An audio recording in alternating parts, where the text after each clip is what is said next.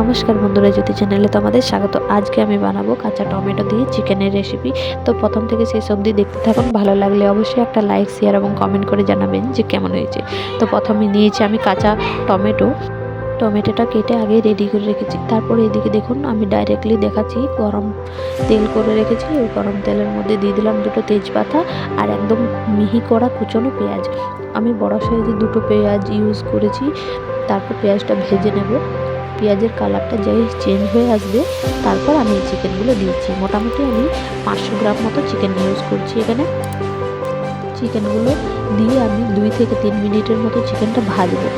যখন চিকেনের কালারটা চেঞ্জ হয়ে আসবে তখন আমি এর মধ্যে সব মশলাপাতি ব্যবহার করব।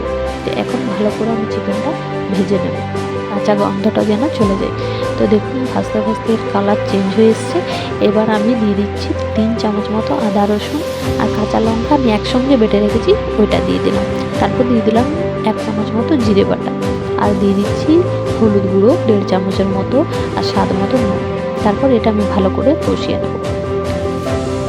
কষতে কষতে এর মধ্যে দিয়ে দেবো আমি কাশ্মীরি লাল লঙ্কার গুঁড়ো কালারের জন্য। থেকে 6 মিনিটের মতো আমি এটা কষিয়ে নেব। তো কষিয়ে নেওয়ার পর দেখুন কালারটা কত সুন্দর এসেছে।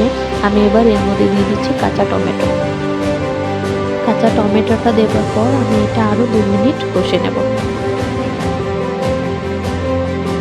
2 মিনিট পর এই দেখুন কষানো হয়ে গেছে, টমেটোটা প্রায় গলে এসেছে।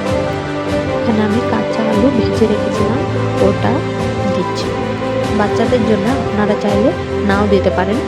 তো এটা ভালো করে মিক্স করে নিয়েছি। তারপরে দিয়ে দিলাম জল।